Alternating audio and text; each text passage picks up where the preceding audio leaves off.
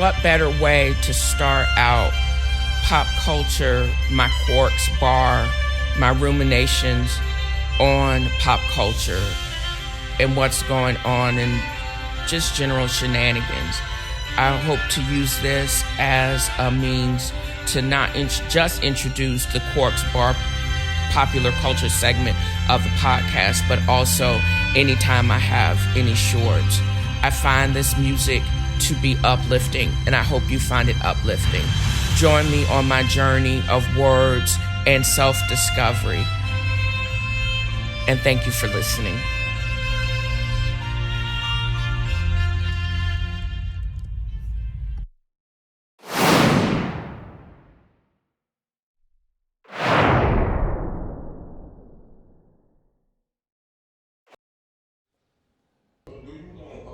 So, welcome to a special episode of Quark's Bar. All hail the Queen, her platinum jubilee. I still remember being in or there in London for the 2012 celebration, and what they have planned and what I've seen online. I can truly tell you it's completely different than whatever. What I also know is that this is a monarchy fraught with controversy, symbolism of colonialism. I look at this golden chariot and I'm reminded of what they had to do to get to this generational wealth. I look at her coronation in the 50s, how beautiful she was, draped in ancient ermine and diamonds that the people of India are asking back. I look at her crown of statehood, and again, all I see are blood rubies and blood diamonds. And then I now understand what she means about a life of service, because she knew what was given up before to what she has now. This is her great-grandmother's emerald and diamond, I think it's pearl crown. And I actually have this book, The Crown Jewels. I actually bought it when I was in London. I think it was the second time, because the Crown Jewels are in the Tower of London. She looked so beautiful on her wedding day. Classic 1940s or 1950s gown, only to be upstaged by the People's Princess Diana, who was during her life was probably more popular than the Queen. Also, this is Meghan Markle making her mark on the world as only she can. And she's married the bad boy Prince Harry. I think if his mother had lived, she would have been so proud. And this is the dress that I actually saw on display because I was there right after they got married, Kate and William. This is what the Queen wears, her Roy G. Biv outfits. Her style and aesthetic have not changed. And I think this is over maybe a 20 or 30 year period. And it's basically the same. She looks like anybody's rich grandmother. Straight up gangster Philip Treacy hats, a coat, sensible shoes, like she's on her way to happiness. This is a scene on the royal balcony. This is prior to the prince passing away, and minus Meghan Markle, because I think they had come to America.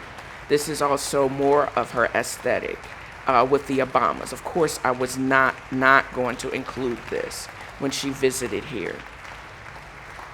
And this is her looking fly, probably on her way to some premiere. But I chose these outfits because of their iconic nature and right with her aesthetic.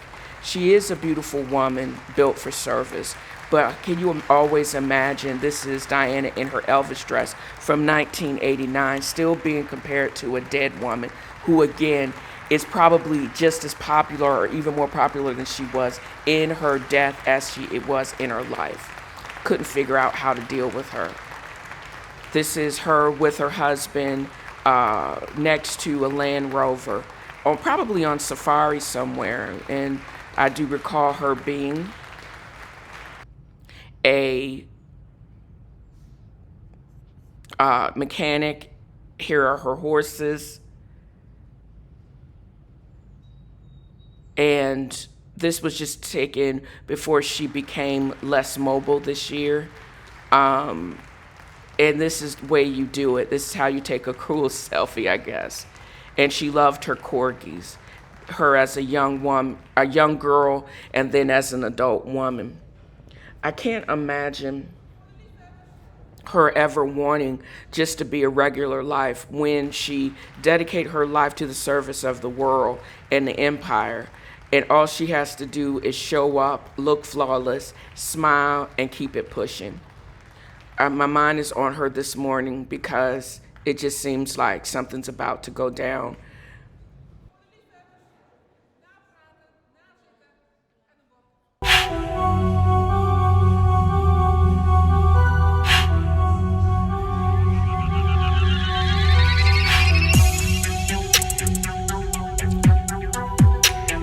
I wanted to end my broadcast or this recording with just some fresh beats and as a reminder for us to be kind to ourselves, be kind to our minds, and keep creating. I mean, there's just so much horrible things and mean things going on in the world. And this is not goodbye. This is just until we meet again or until I record and drop another episode. I hope you enjoyed this episode as much as I've enjoyed creating it. Check me out on social media. Tenfro is Reading on Instagram, TV Food Wine Girl on Twitter, and Tenfro is Reading the Book Club. I hope to get into a better state of mind as we recover as a nation from just the tragic happenstance of the last several weeks. And again, I admonish you to be kind to yourself and be kind to others. Be the action that you want to be. If you want kindness, give kindness, exude kindness, and just love yourself and love others. And again, thank you for listening.